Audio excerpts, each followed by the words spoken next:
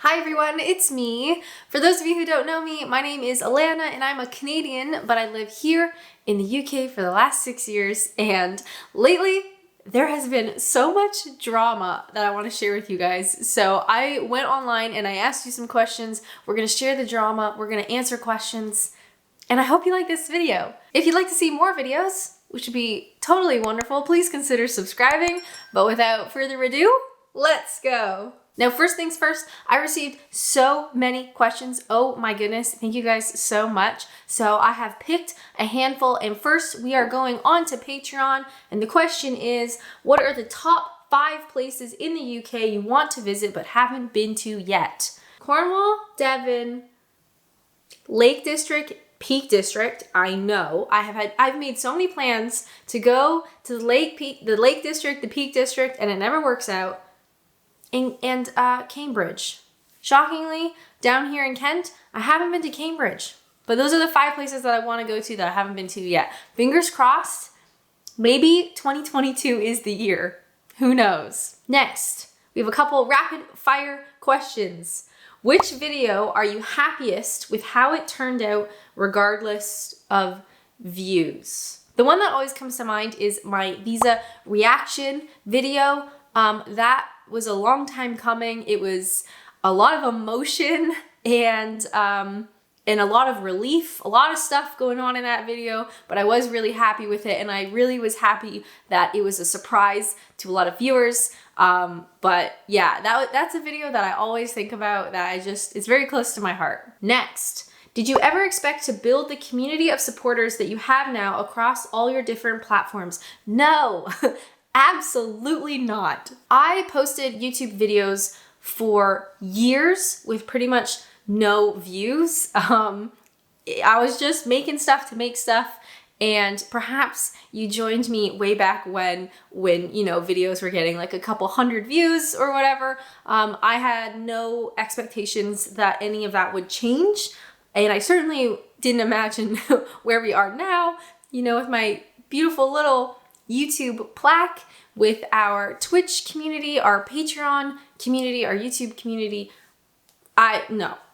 I had absolutely no idea we'd be here, and sometimes I still don't really believe that we've arrived here. It's crazy. Are there any types of YouTube video that you enjoy watching but could never imagine making that type of video yourself?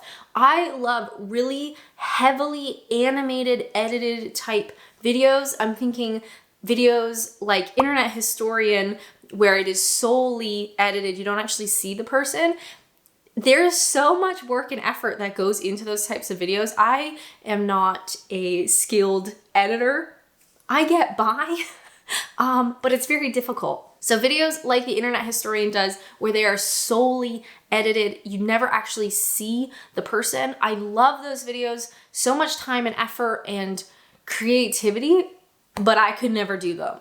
They're way too hard. Have you ever encountered other Youtubists whilst out shooting a video? No, I actually don't know anybody personally who posts on YouTube. I think that's something that I'd like to put maybe more time and effort into, meeting people who also create content.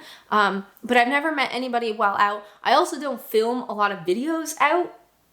I'm kind of a homebody, if you hadn't noticed, but I would like to reach out to more people who create content. I think maybe this year, we'll see how it goes, but I've never met anyone out in the wild. Tell us about your Twitch adventures.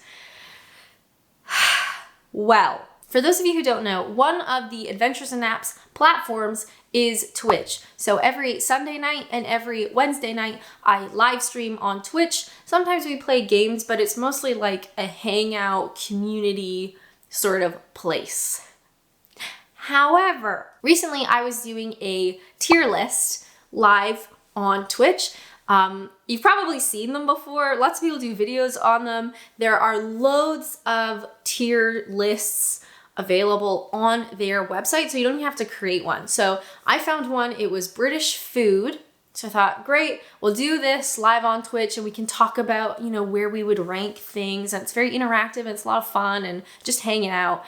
And so we're working through the British food list, like traditional British food typically. And these are the foods that were listed. Have a look at these. Can you see which one of these foods got me banned for 30 days? Yep, that's the one. So I didn't create this list. This is a long-standing list. It's been on the website for a long time. We're working our way through it. We arrive at this one particular traditional British food. Oh no. So I say the word because that's what the food is called. Some people in chat say the word. Mainly we were talking about, I couldn't remember what they actually were. I know they're like balls, but I thought they were like a potato-based thing, but they're actually a meat-based thing. So they're like traditional meatballs sort of thing. So we talked about it, then we ranked it, and then we moved on. At no point did anyone use that word as a slur or as a directed insult to anyone. That is absolutely not the type of community that we have on Twitch. We just said the word because that's what it's called. So we move on, and it's like, honestly, maybe 10 minutes later, we moved on to a new list where we were ranking British biscuits, you know, your rich teas and the like. And all of a sudden, my stream turns off and I get an email from Twitch. Basically, the email was saying that I received a community guidelines strike on my Twitch account. The reason? Targeted hateful conduct. So what did I get for that? 30-day ban. No warning, just goodbye. So needless to say, I was a little bit surprised. So literally 10 minutes after I got that email, when I realized like what was going on, what had just happened, Twitch has an appeals portal. So I go to the portal, I can see this hateful conduct strike against me, my 30-day ban. I submit an appeal and basically say, I realized that there is a particular word that probably got me banned, but if you watch the stream, you will see that we were talking about food. The word was not used in a hateful way. It was not used as a slur, whatever. I submit the appeal literally that day. 30 days go by. Yes, 30 days, not on Twitch. I earn some income from Twitch, mainly through subscriptions. So you can subscribe to my channel on Twitch and I earn a little bit of money from that. All of my subscriptions were canceled by Twitch because of this ban, and it didn't give anybody a reason why. I couldn't sign into my Twitch account. I couldn't reach out to anybody to explain what had happened. It just basically went dark. So thankfully, Twitch is not my main platform, but can you imagine if like that was your main income, like your main platform? It would kind of be like if YouTube just deleted my channel and didn't tell you guys what happened and you had no reason what was going on. Needless to say, it was just a bit dramatic. So we go through the 30 days. I finally get access to my account again. Twitch doesn't actually tell me that I can access my account. It's only subscribers that happen to check and see that my account was back. So I go back in there. Okay, I guess my 30 days is up. Literally, the next day, I get this email from Twitch. So 30 days plus one, somebody reviewed my appeal and saw that yes, Twitch banned me by accident. Oopsies, my bad. And they removed that strike against my channel. Now, at the time of filming this, I don't want to jinx myself, but I am back on Twitch. If you want to see what it's like or you want to join the community, please feel free to come over to Twitch. There are links in every video description to Twitch if you want to come check it out. But it's just been a very dramatic month. And now I'm back. So who knows what will happen in the future. In more lighthearted news, what are my favorite TV programs and films? I can't say films because I watch so many films. Favorite TV programs are things like Taskmaster and Would I Lie to You? I love the British comedy panel type show. We don't get that kind of stuff in Canada. It's truly wonderful and I absolutely love it. Why is your channel called Adventures in Naps? To my knowledge, you haven't posted a video of you having a nap. I actually get this question a lot. So I wanted a name that was kind of like the pros and cons, the good and the bad. And my best friend in Canada actually came up with Adventures and naps. So the idea being that being an expat, being an immigrant in the UK is not all adventures. There are a lot of boring stuff about it. There's a lot of negative about it. And that was always sort of the vibe that I wanted of my channel, was to talk about the good and the bad. Because I think online, especially on social media, it's just always like the good stuff. Like, look at my life, look how great it is. My life is better than yours. And that is not reality. So with YouTube, I really wanted to show the pros and the cons, the good and the bad, the exciting and the boring, the adventures and the naps. Because I think while living in England, living in the UK has been truly wonderful, there's loads of stuff that suck about it. And I want to be able to talk about that stuff and share it so people get the full picture. You clearly enjoy and have a talent for presenting these videos. If someone offered you a chance to be on TV, would you go for it? Bearing in mind you've mentioned a certain amount of social anxiety and would be uncomfortable if an Adventures in Apps subscriber fan approached you. No, I am sadly not a TV big shot, so no big lucrative offer from me. I have received a couple of cold emails to be on particular TV shows, and I have said no thank you. They just didn't really fit with me, and I just wasn't really interested and comfortable. I love making these little videos at home, and I plan to continue doing so in the future. Would I be on TV? I really don't think so, but I appreciate the kind words. My wife and I are considering becoming expats in the UK. How exciting. What a big decision. We are in our early 60s and are from the US. Do you know any expats there? If so, what do they say about living there? Love your videos. Well, what a big decision. Thank you so much for the kind words. I know a fair amount of expats. All of them are sort of my age, so perhaps maybe a different lifestyle. If you're coming to the UK to work or you're coming to the UK to retire, perhaps, it might be a bit different. But there are lots of expats here, particularly in London, of course. That's where the young expats go because it's such, a trendy place to live.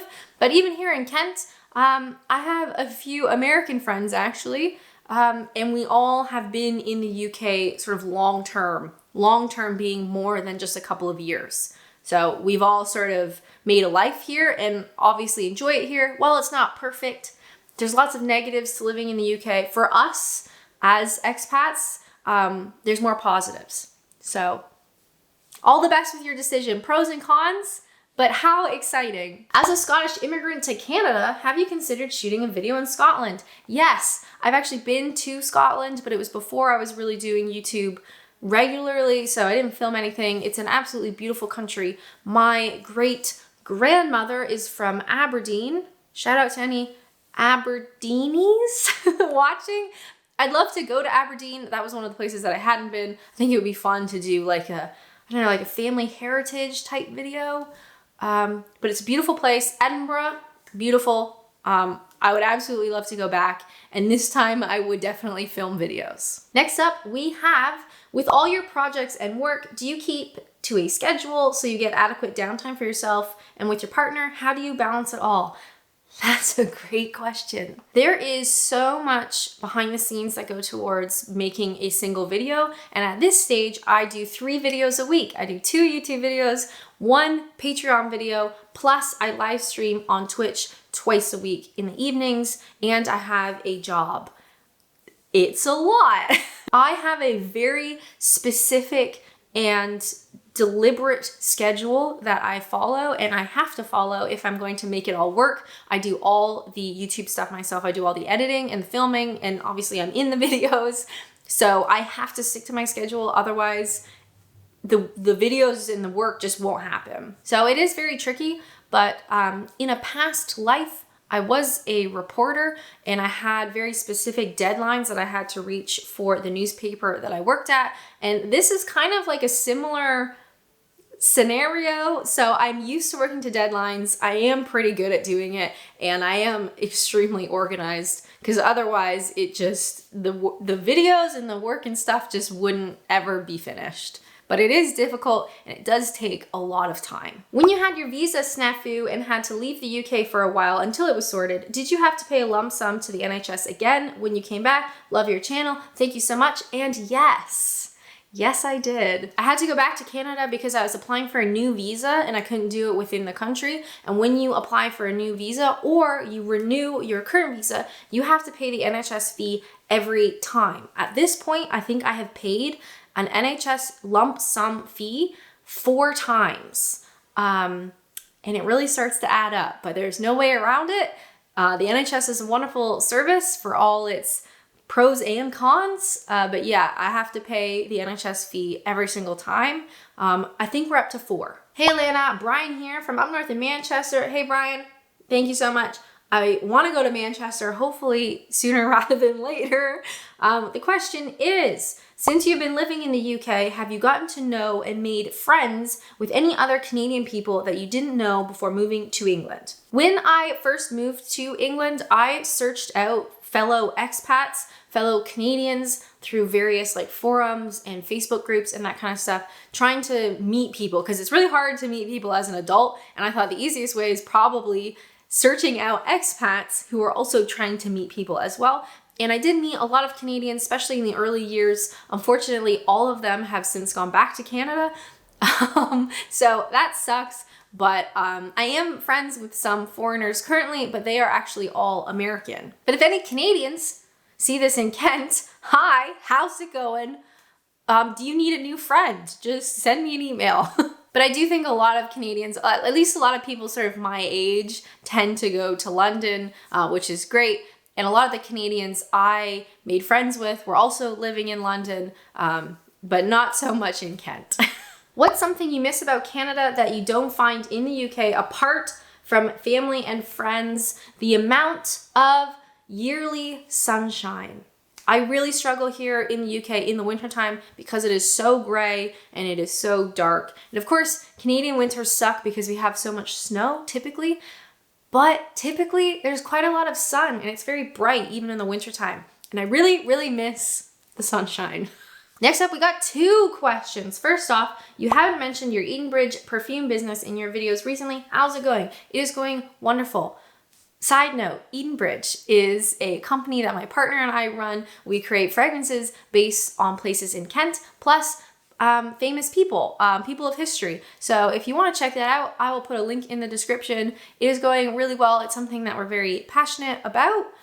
I don't talk about it a lot in videos because I don't know, I don't want to like constantly be plugging stuff. But it is going very well. If you want to check it out and support me directly in a different kind of way, Edenbridge.